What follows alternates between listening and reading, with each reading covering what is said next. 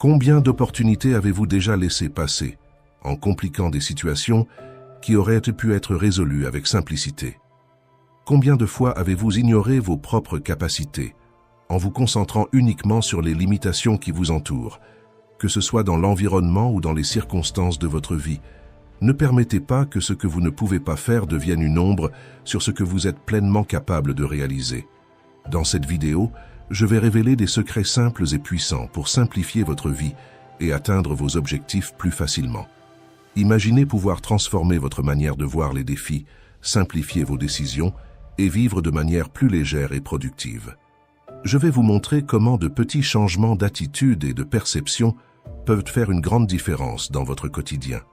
Si vous vous êtes déjà senti paralysé par les circonstances, ou si vous avez pensé que vous vous sabotiez en vous concentrant totalement sur les problèmes au lieu des solutions, cette vidéo est pour vous.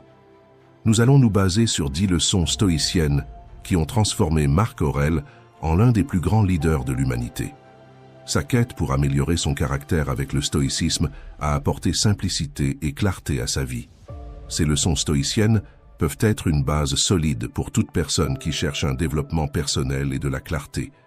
Je vous invite à regarder cette vidéo jusqu'à la fin et à découvrir comment simplifier votre vie peut ouvrir des portes que vous n'imaginiez même pas possibles. Première leçon. La réalité est façonnée par votre opinion. Il n'existe pas de réalité objective.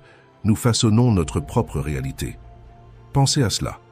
Vous pouvez être un milliardaire avec toutes les possessions matérielles que vous désirez et vous sentir encore comme un échec et être très malheureux, en vous comparant à d'autres milliardaires qui sont encore plus riches que vous. D'autre part, vous pouvez être pauvre et vivre dans un bidonville, mais être extrêmement heureux parce que votre cœur est plein de gratitude. Même avec une vie très simple, vous pouvez vous lever tous les jours et remercier Dieu pour tout ce que vous avez. Marc Aurèle nous enseigne que la vie est seulement ce que vous jugez. Cela signifie que notre perception de la réalité est façonnée par nos pensées et nos jugements. C'est-à-dire, nous décidons ce qui est bon et mauvais dans notre vie. Si nous abordons les défis de manière positive, nous pouvons transformer les difficultés en opportunités de croissance. Il en va de même lorsque nous jugeons négativement, nous nous sentirons toujours lésés. Il dit aussi, la vie est opinion. Cela signifie que la manière dont nous voyons les situations est plus importante que les situations elles-mêmes. En choisissant de voir les événements de manière positive, nous trouvons la paix et la satisfaction, peu importe ce qui arrive. La façon dont vous décidez de voir le monde autour de vous définit votre vie. Ce n'est pas toujours facile à appliquer, mais gardez toujours à l'esprit que tout dans votre vie dépend de votre propre opinion sur vous-même. Vous décidez ce qui est bon ou mauvais dans votre vie. Nous façonnons notre perception du monde avec nos pensées. Il n'existe pas de réalité externe en dehors de nos perceptions. La manière simple d'appliquer ce mode de pensée dans votre vie est la suivante. Voyez tout sous un jour positif. Par exemple, disons que quelqu'un parle mal de vous en face. Au lieu de vous sentir frustré, vous pouvez vous dire « Je suis heureux que quelqu'un parle de moi, cela signifie que je fais quelque chose d'intéressant. » Quand les gens nous insultent, tentent de nous nuire ou nous critiquent, ce n'est pas l'insulte qui nous blesse, mais plutôt notre interprétation de ce qu'ils disent. Marc Aurèle nous dit « Si je ne vois pas la chose comme un mal, cela ne me dérange pas. » Si nous interprétons les actions des autres comme sans importance, nous ne nous sentirons pas blessés. Marc Aurèle nous dit aussi « Rejetez votre sentiment de blessure et la propre blessure disparaît. » Tout dommage que nous recevons dans la vie est juste notre opinion. Une métaphore que j'aime est celle-ci. Imaginez que vous êtes dans un bateau au milieu d'un lac. Il est brumeux et sombre. Soudain, vous êtes percuté par un autre bateau et vous vous cognez la tête. Vous êtes en colère et frustré, voulant insulter et vous battre avec l'autre personne qui vient de vous heurter. Mais lorsque la brume se dissipe, vous réalisez que l'autre bateau était vide. Maintenant, vous ne ressentez plus de colère, parce que vous réalisez que l'autre bateau était vide. Réalisez que tous ceux qui tentent de nous nuire sont juste des bateaux vides. Deuxième leçon, ignorez ce que les autres font. Ne gaspillez pas le précieux temps qu'il vous reste à vous préoccuper ou à spéculer sur la vie des autres. Chaque moment passé à cela est une occasion manquée de faire quelque chose de significatif dans votre vie. Marc Aurèle. Sans nous en rendre compte, nous finissons par nous occuper de la vie des autres, essayant de résoudre les problèmes des autres et ainsi assumant la responsabilité des engagements qui ne sont pas les nôtres. Ce que nous devons faire, c'est nous concentrer sur notre tâche, nos objectifs et notre propre vie. Quel que soit votre but ici sur Terre, commencez à le vivre. Avec les médias sociaux, les statuts, les stories, Facebook, Instagram, nous devenons accros à ce que les autres font. Et nous gaspillons notre énergie mentale en suivant chaque publication. Inévitablement, nous commençons à nous comparer. Nous nous sentons frustrés de ne pas avoir une maison aussi accueillante, de ne pas être aussi réussis, de ne pas pouvoir voyager autant. Souvent, nous regardons la vie des autres et mesurons notre valeur par cela. Le danger survient lorsque notre valeur n'est plus basée sur notre caractère, mais sur la vie et les réussites des autres. Le temps est une ressource précieuse et finie. Nous ne pouvons pas le récupérer une fois qu'il est passé. Lorsque vous dirigez votre énergie vers la vie des autres, vous négligez vos propres possibilités de croissance et de réalisation. Il est essentiel de se rappeler que votre vie mérite toute votre attention et votre effort. Lorsque vous mettez de côté le souci de la vie d'autrui, vous gagnez plus de temps pour investir en vous-même. Ce temps peut être utilisé pour développer de nouvelles compétences, rechercher des connaissances, prendre soin de votre santé et renforcer vos relations personnelles. Se concentrer sur soi-même apporte des bénéfices émotionnels et mentaux pour votre vie. Vous devenez plus conscient de vos besoins et désirs, ce qui vous permet de prendre des décisions plus judicieuses et de vivre de manière plus épanouie. La vie devient plus gratifiante lorsque vous vous concentrez sur ce qui est vraiment important pour vous. Et avant de passer à la troisième leçon, je dois vous dire que cette vidéo vous est parvenue parce que d'autres personnes se sont inscrites à notre chaîne, ont aimé et commenté quelque chose.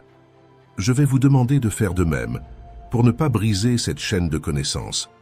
Troisième leçon, vous êtes plus fort que vous ne le pensez. Si vous voulez être un boxeur mondial, vous devrez combattre des adversaires difficiles. Le voyage ne sera pas facile. Vous ressentirez beaucoup de douleurs physiques, vous passerez par l'épreuve du régime strict. Vous apprendrez à être frappé et vous pourriez même subir des contusions. Mais c'est précisément ce processus d'affrontement et de dépassement qui vous rendra plus fort et résilient. Chaque fois que quelqu'un tentera de vous nuire, pensez aux mots de Marc Aurèle. Quelle chance j'ai de ne pas devenir amer. Je suis ferme maintenant et je ne suis pas inquiet pour l'avenir. Cela aurait pu arriver à n'importe qui, mais tous n'auraient pas demeuré calmes et imperturbables. Cette citation nous rappelle que la vraie force vient de notre capacité à rester calme et composé, même dans les situations les plus adverses. Vous êtes plus fort que vous ne le pensez. Vous ne pouvez pas empêcher que d'autres personnes parlent mal de vous ou tentent de vous nuire. Mais vous pouvez changer votre interprétation de la situation. Au lieu de vous troubler, voyez chaque défi comme une opportunité de renforcement personnel. Chaque coup que vous recevez, qu'il soit physique ou émotionnel, est une chance de devenir plus résistant et sage. La vie est très difficile. Comme l'ont dit les sages stoïciens, parfois, vivre est un acte de courage. Affronter les difficultés quotidiennes demande du courage, de la détermination et une mentalité forte. Tout comme un boxeur qui se relève après chaque chute, nous devons affronter nos propres obstacles avec la même ténacité. Souvenez-vous que chaque difficulté à laquelle vous faites face renforce votre caractère et construit votre force intérieure. C'est dans les moments difficiles que nous découvrons notre véritable potentiel. Ne fuyez pas les défis, acceptez-les comme partie de votre voyage et croyez en votre capacité de dépassement. La vraie force n'est pas d'éviter les problèmes, mais de faire face à la vie de front, avec courage et détermination. Vous êtes plus fort que vous ne l'imaginez. Chaque défi surmonté est un pas de plus pour devenir la meilleure version de vous-même. Quatrième leçon, faites moins. Dans son livre Méditation, Marc Aurèle écrit un rappel pour lui-même sur l'importance de faire moins dans la vie et de couper les actions superflues. Si tu veux connaître le contentement, laisse que tes actes soient peu nombreux, a dit le sage. Mieux encore, limite-les strictement à ceux qui sont essentiels. Cela est totalement contradictoire dans le monde dans lequel nous vivons, où nous sommes encouragés à être multitâches, à produire et à consommer quotidiennement de plus en plus. Alors pourquoi faire moins?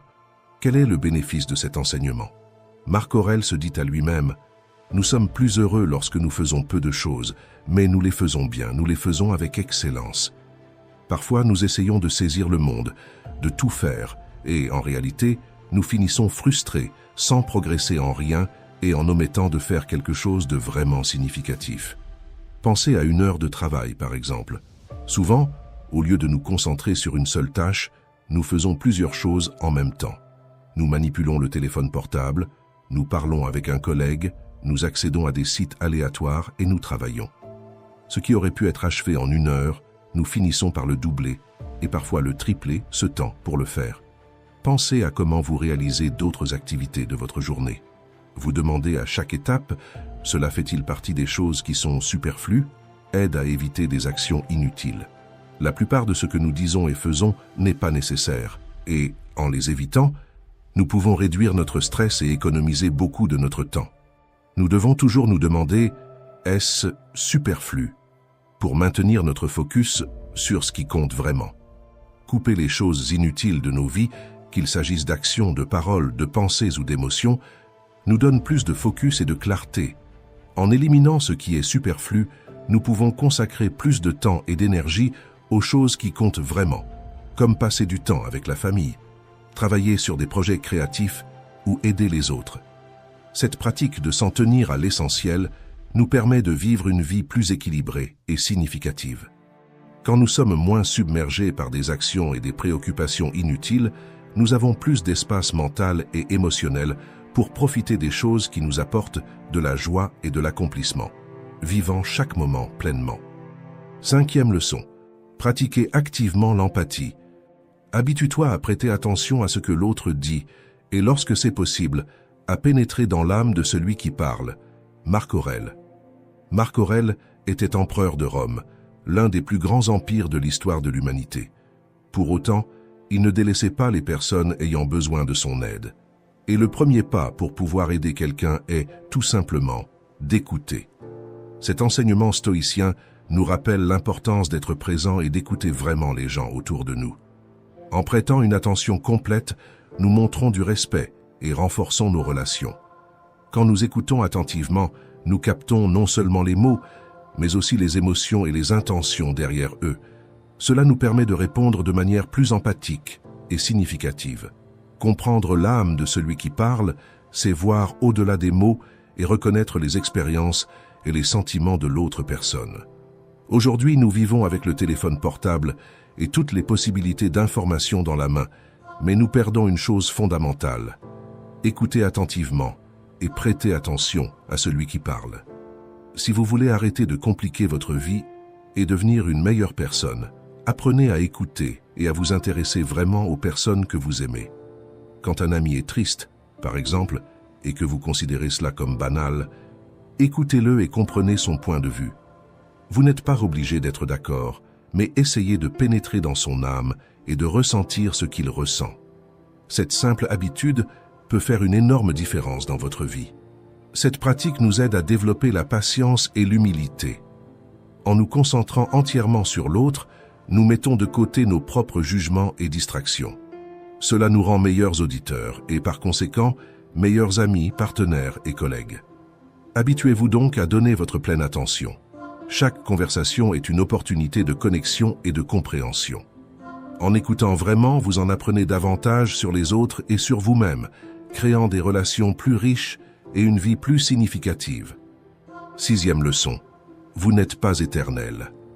Beaucoup de gens oublient la phrase « memento mori ». Elle nous rappelle que nous ne sommes pas éternels. Quand nous savons que la mort est proche, nous ne perdons pas notre temps.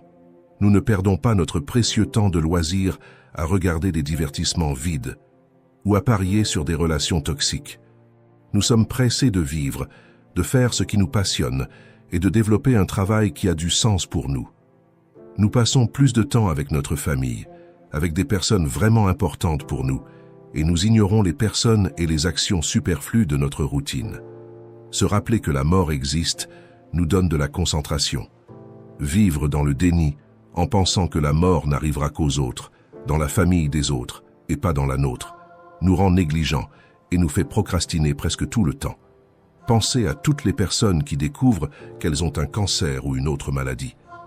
Une fois qu'elles l'apprennent, elles laissent de côté toute la merde qu'elles n'aiment pas faire dans la vie et se concentrent seulement sur ce qui est important pour elles. Il y a un cas célèbre aux États-Unis. Une femme a découvert qu'elle avait un cancer et il ne lui restait plus que 6 mois à vivre. En quelques jours, elle a démissionné, repris son rêve de composer des chansons Tex-Mex, commencé à étudier le grec classique et à travailler comme bénévole. Ses amis pensaient qu'elle était devenue folle, mais la vérité, c'est qu'elle ne s'était jamais sentie aussi heureuse. Et quand elle est retournée chez le médecin, elle a découvert que le cancer avait commencé à régresser. Mais plus que de réfléchir, cette femme a ressenti la mort, et cela l'a amenée à changer ses perspectives sur la vie. La phrase « Il n'y a pas de guérison en dehors de nous, toute guérison commence de l'intérieur » nous rappelle que nous avons tous la capacité de changer. Quand nous réfléchissons à la mort tous les jours, nous ne gaspillons aucun moment de notre temps. Marc Aurèle se rappelait également cela, se disant à lui-même « Très bientôt vous serez mort, mais même ainsi vous n'êtes pas obstiné. » Nous devons être sincères avec la tâche de notre vie, faire tout ce qui est en notre pouvoir et vraiment vivre nos rêves. Nous devons tous nous rappeler que nous ne sommes pas éternels, ou alors nous n'aurons jamais de concentration dans nos vies. 7e leçon. Vous vous levez pour le travail de l'humanité. Tous les films et séries sur la fin du monde dépeignent bien comment serait le monde si personne n'existait, ou si tout le monde décidait de gaspiller sa vie en ne faisant rien. Vivre en société est ce qui nous maintient en vie. Parfois, la vie est difficile et nous n'avons même pas envie de sortir du lit. Nous ne nous sentons pas motivés ni inspirés. Même Marc Aurèle, l'empereur de l'Empire romain, se sentait ainsi. Et dans ces moments, il s'encourageait lui-même en se rappelant qu'il devait se lever et faire le travail pour lequel il était né. Il a écrit « Quand je me réveille le matin et que je ne veux pas sortir du lit, je dois me rappeler que je me lève pour faire le travail pour lequel je suis né. Je me lève pour le travail de l'homme.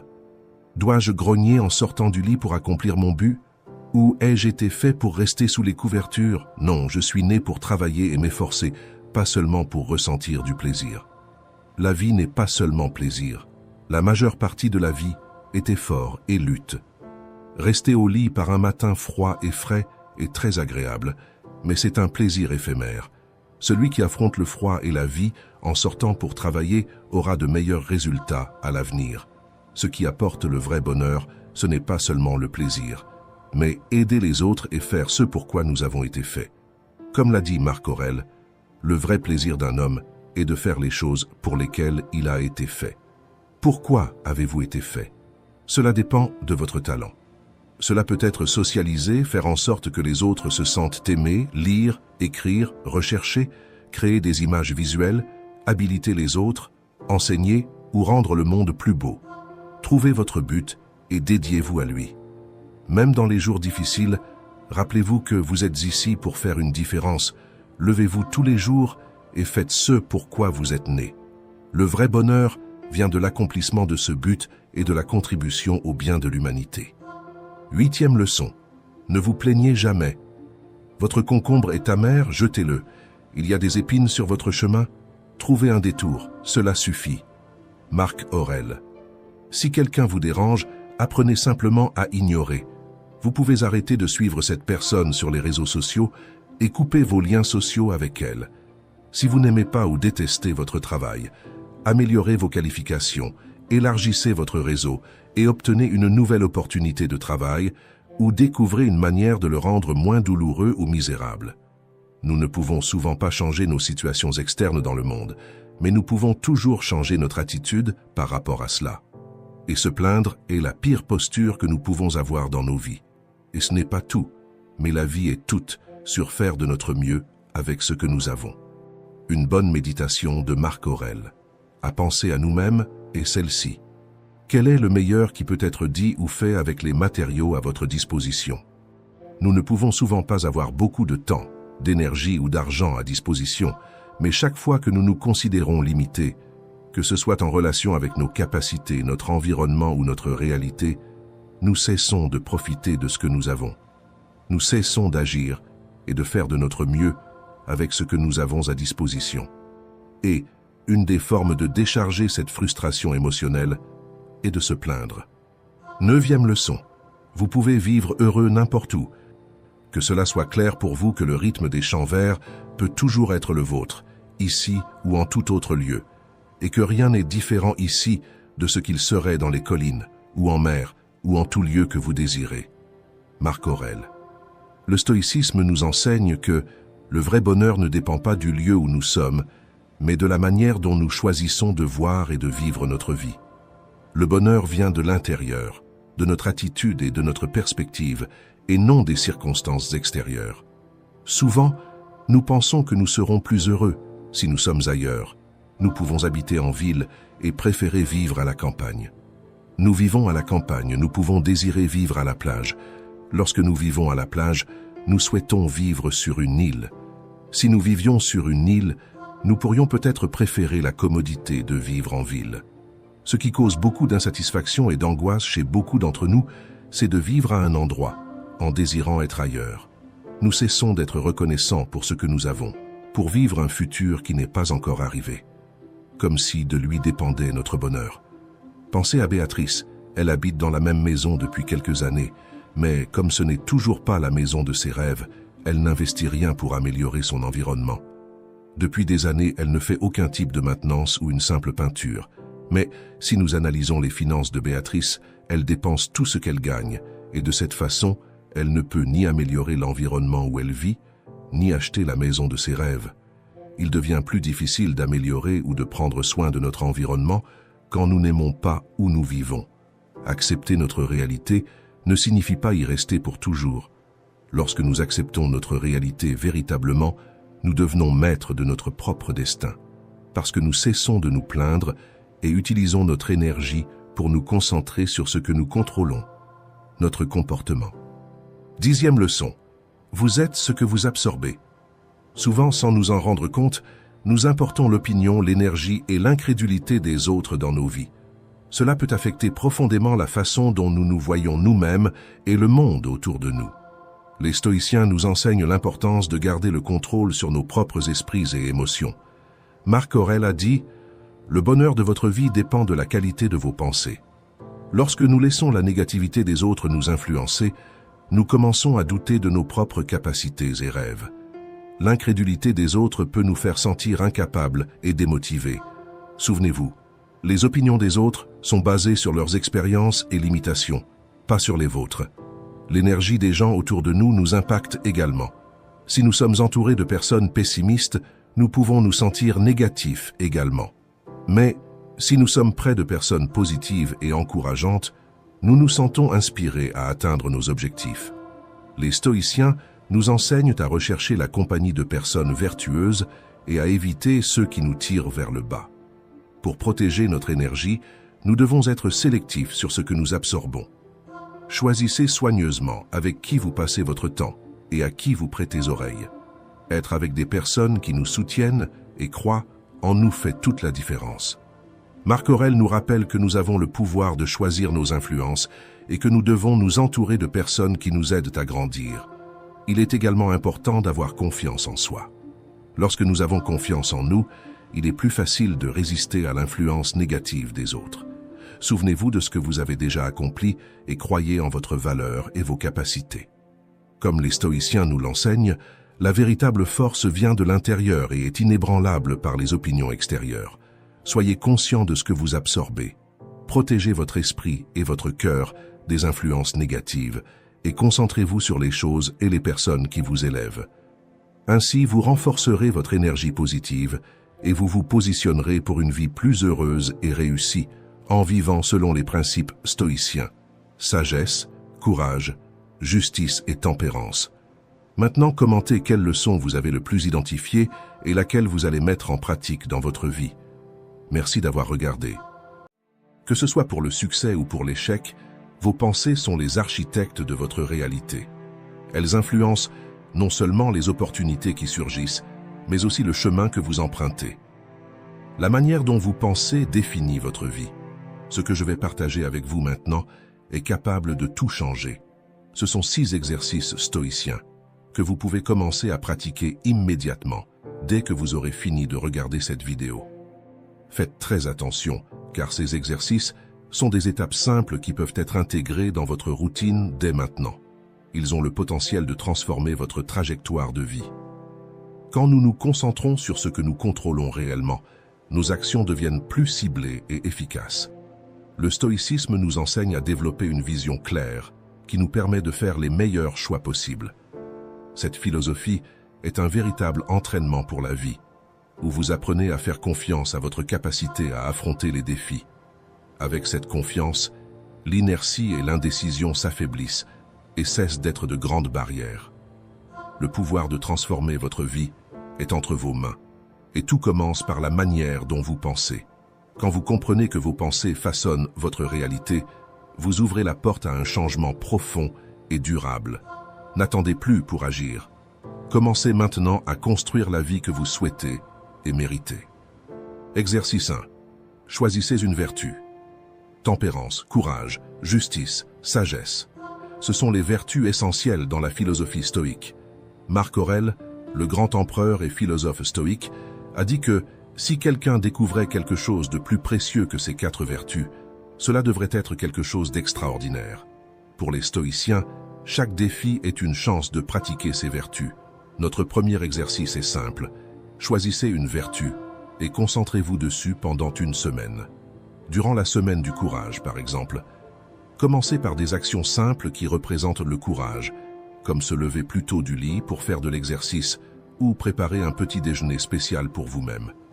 Il n'est pas nécessaire que ce soit un banquet, totalement hors de votre réalité.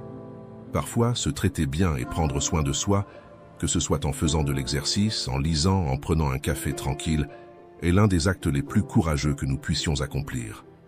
Un autre exemple qui nécessite du courage est de résoudre des conflits. Pensez à une situation difficile avec un ami, un membre de la famille ou un collègue de travail.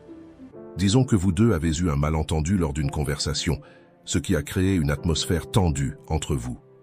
Au lieu de laisser le ressentiment grandir ou d'éviter le sujet, vous décidez d'inviter cette personne à une conversation franche et paisible, expliquant comment vous vous êtes senti à propos de la situation, sans pointer du doigt ou blâmer qui que ce soit.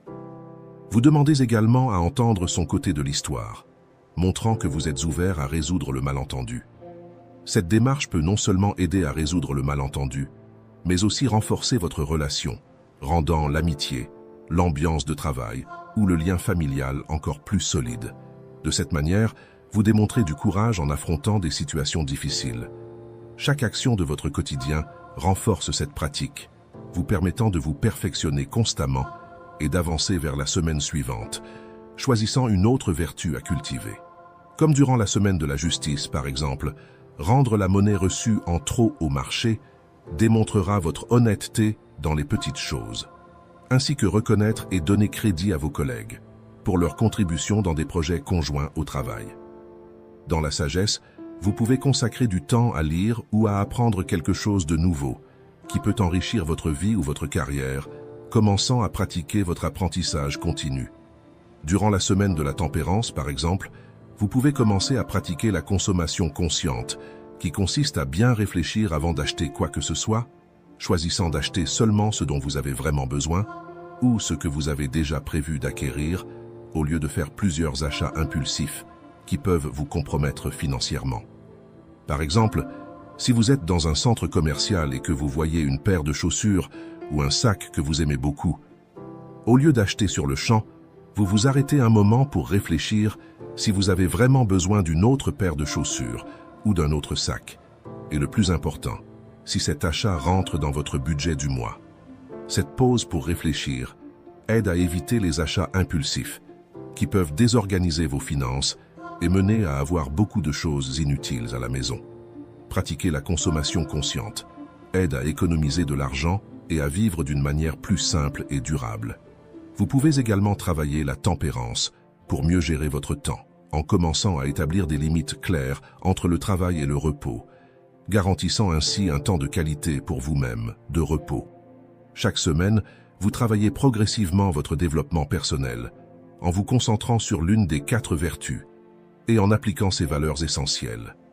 Les 4 vertus stoïciennes sont des principes essentiels pour bien vivre. Courage, tempérance, justice et sagesse.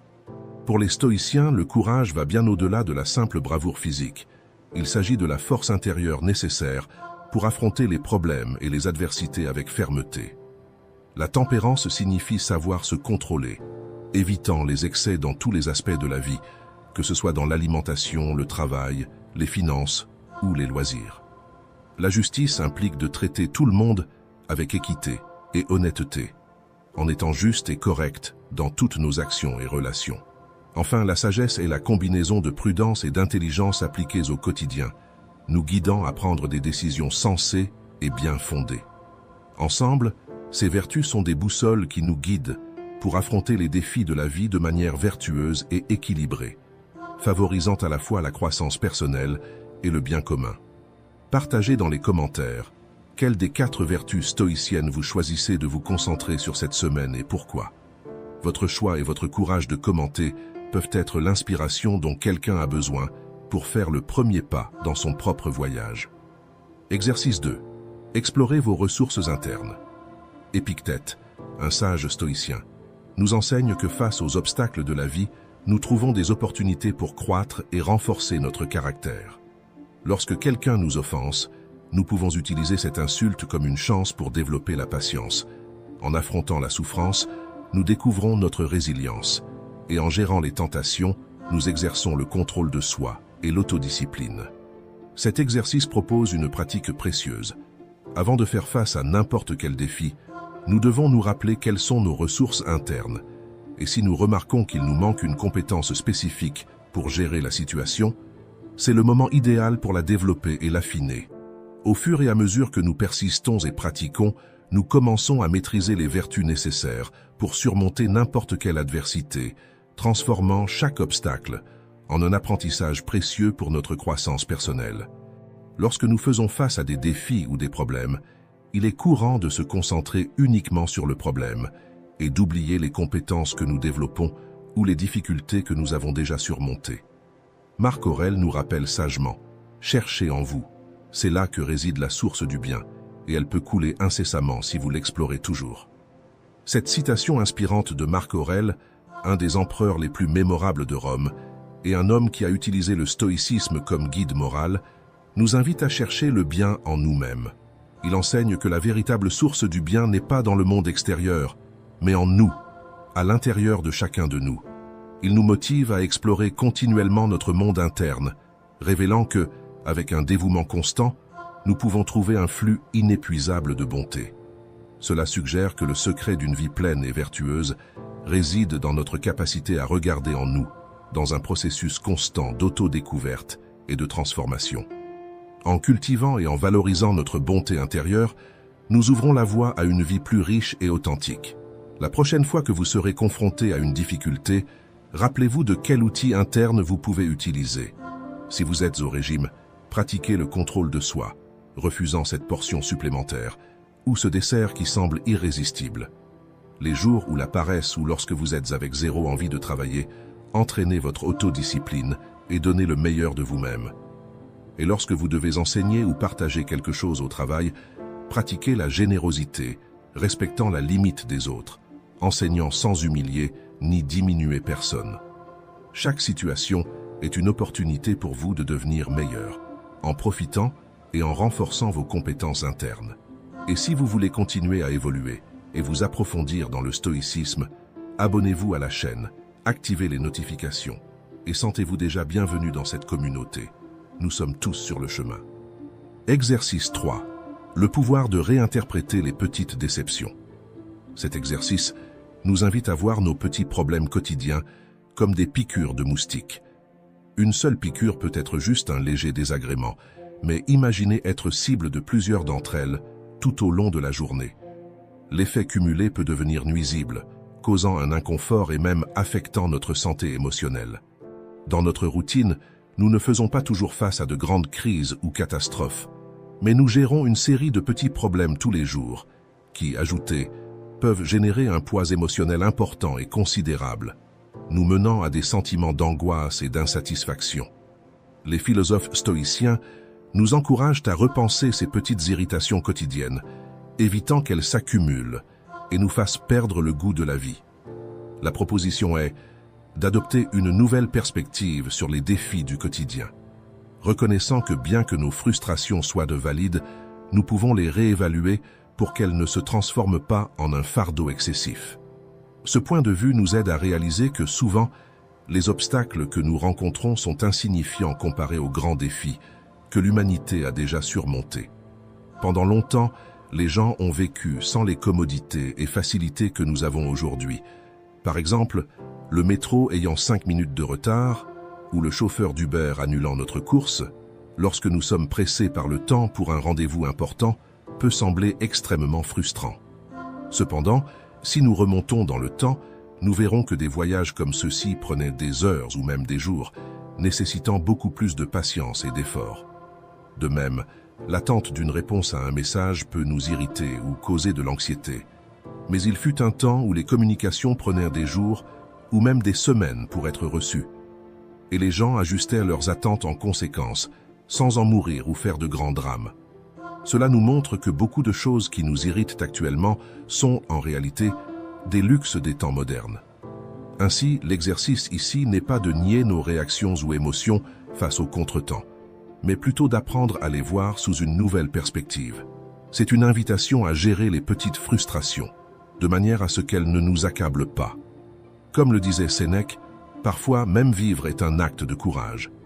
Il nous rappelle que les difficultés font partie d'une vie remplie d'expériences et d'apprentissage. Accepter les frustrations comme des parties normales de notre quotidien nous permet de voir la vie avec plus de clarté et de profondeur. Quand nous comprenons que tant les bons moments que les mauvais façonnent qui nous sommes, nous commençons à voir que tout ce qui nous arrive contribue à notre croissance. Sénèque nous enseigne à regarder la vie comme une grande œuvre d'art, où chaque difficulté ajoute couleur et signification à notre histoire. Au lieu d'être consommés par les difficultés, nous devons les reconnaître comme des étapes d'un chemin plus grand, riche de leçons précieuses et de conquêtes significatives. De cette manière, nous n'affrontons pas seulement les défis, mais nous nous transformons avec eux, construisant une vie plus riche, pleine et pleine de sens. Exercice 4. Revoyez votre journée. Sénèque nous conseille de réserver un moment calme pour réfléchir à notre journée, en écrivant ce que nous avons mal fait, ce que nous avons bien fait et ce que nous aurions pu faire différemment. Cette technique, largement recommandée par des experts en développement personnel et en psychologie, repose sur un principe simple mais transformateur. Bien que popularisé par saint Ignace de Loyola avec l'examen quotidien au XVe siècle, cette pratique n'est pas seulement une méthode, mais une invitation à un voyage continu d'autoconnaissance et de croissance. En réfléchissant à nos actions et émotions quotidiennes, nous gagnons l'opportunité unique de nous connecter plus profondément à qui nous sommes vraiment. Ces 3 points servent d'examen quotidien, qui nous permet d'identifier les déclencheurs qui nous causent colère, peur, anxiété, angoisse, et de percevoir où nous évoluons dans le développement de nos vertus et de notre caractère. Examinons alors chacun de ces points en détail. Ce que nous avons mal fait. La première étape de cet exercice est l'admission de nos erreurs et problèmes. Nier nos erreurs, c'est nier la chance de changer. Tant que vous n'admettrez pas qu'un problème existe, il est impossible de chercher une solution pour celui-ci. Parfois, nous nions nos erreurs, car nous tombons dans le piège de nous définir par nos caractéristiques, sans véritablement réaliser que notre valeur ne réside pas dans notre profession, dans la voiture que nous possédons ou dans nos réussites externes. Notre véritable valeur réside dans notre caractère. Faire une erreur ne signifie pas que nous sommes des personnes erronées, mais que nous nous sommes momentanément écartés de la vertu. En reconnaissant nos erreurs, nous récupérons le pouvoir de les changer en nous surveillant pour agir correctement lors de la prochaine opportunité. Ce que nous avons bien fait. Même une horloge cassée donne l'heure juste 2 fois par jour. Personne n'est 100% dans l'erreur ou 100% dans le vrai. Les stoïciens croyaient que l'ignorance était la plus grande cause des erreurs et que, avec la connaissance, vient la responsabilité d'agir correctement. Écrire ce que vous avez bien fait réaffirme un comportement positif et à mesure que vous apprenez à faire confiance en votre capacité, vous vous sentez plus sûr pour répliquer ces modèles positifs. C'est simple, mais cela a un grand impact sur votre mental.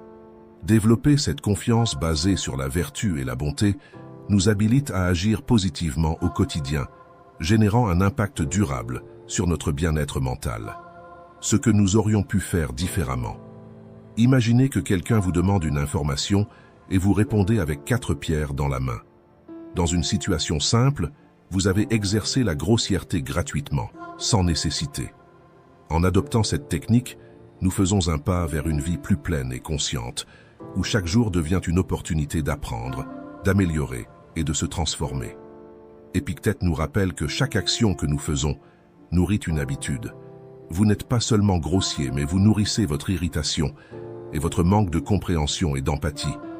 Souvent, les dépenses incontrôlées ne sont pas qu'un simple achat.